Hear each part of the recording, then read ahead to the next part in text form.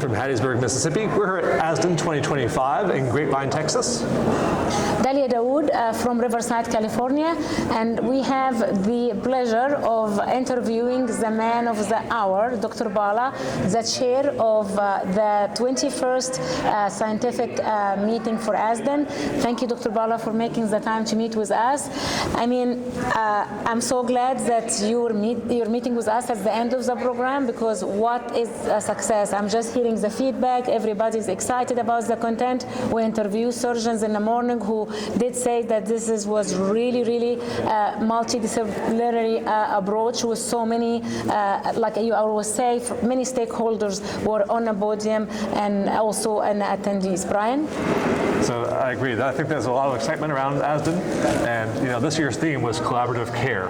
So how did you try to integrate that into the program that we did this year?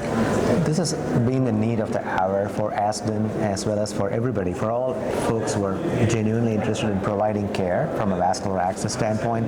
And it's been on the talks on how we can do it, where we should do it, at what capacity, unless we build a whole curriculum around it. So when we drafted the curriculum for this year's conference, we wanted to bring in collaboration at every segment, be it innovation or be it standards of care, be it practice methods. We wanted to bring in that collaborative concept because in reality, we are collaborating. We just wanted to see how we can get it out, speak about more openly about collaboration. Hey, we are doing something good. Let's be open about it and let's see what the barriers are and try to break those barriers and keep collaborating more, because there is one person who definitely benefits from more collaboration, and that's our patient. So for at least that reason, we need to collaborate, which makes our patients' lives a lot better and also grows the society in a whole. So besides being the chair of this year meeting, you also one of our council for one of the leadership, and you were actually just re-elected again for another term. What is your vision on the best strategy to enhance that collaboration? Number one is going to be opening up first of all, breaking those barriers and improve communication with all our partners in care, and put this patient in the center of all of this, which is more important, and take the responsibility that this is not something which we do as a routine practice. This is a commitment. This is a commitment to patients' lives, their families, because as I mentioned in my introductory talk, these are a very fragile group of patients, and they're substantially impacted by a lot of social determinants of health. So it's truly important that we recognize it, understand it, and everybody who came to this meeting, they're all people who value that. They don't have to be taught. They already know that. And they're here to network and interact with more of their own so that they can take a message back to their place of practice and do what they're already doing well, even better. So I'm so appreciative to everybody who's been here. Great state of Texas to the great city of Dallas, where I live, my family. So thank all of them for coming down here. I agree with your statement about how fragile our patients are, and as everybody know, my father was one of them, so I attest to that. And thank you so much for taking this collaborative approach this year. It's showing, and everybody we interview actually was very excited about how the program turned out. Brian? So we've been fortunate enough to complete our 21st year. We've been talking about a lot of the original guard, all the people who helped form ASDIN. Where do you imagine we'll be in our 40th year? In our 40th year, ASDIN might remain still as ASDIN, but it will include probably some smaller lowercase letters with a IR, vascular surgeons, accessologist, or bring it all together where it becomes an American accessologist diagnostic and interventional society, where we all come together because we know where all our minds and hearts are to take care of these patients, break the barriers, get the little names, the little titles behind our names, and just become accessologists. Yeah, I think Dr. Beathard had a very similar thought that we should be just about access care and not just interventional nephrology, but that umbrella might include more people. And he's the father of interventional nephrologists, right. so for him to come from, like he said that he envisioned now. He said, I now wanted to change it from interventional nephrology to dialysis access care. So it's exactly similar to what you said. So Great minds think alike. yes. Yes. No, Dr. Bethard is like, I mean, that's what separates ordinary people like us from great people like Dr. Bethard, where he had the vision even before most of us, ever touched the first wire, like 25 years ago.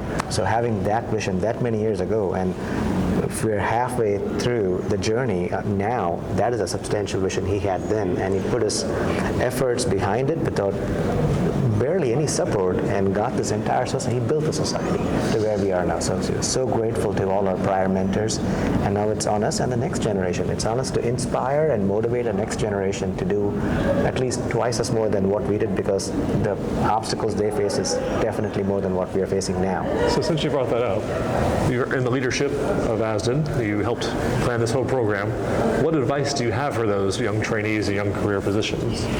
Do always what is best for your patient, and have a commitment, sincere commitment. If this is a space you want to work on, then have a sincere commitment to the patient, and accrue the right training which you need to over time to do that service, and everything will automatically follow through.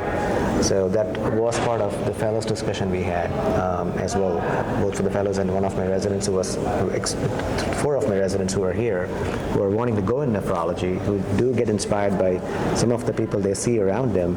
It's all about, if you want to take care of these patients, then it's not that you literally need to have a family member around to do that, but if you really want to provide that service, just focus on what training you need to go through so that you can get there and continue to have that commitment to provide care to these patients. Everything will automatically follow through.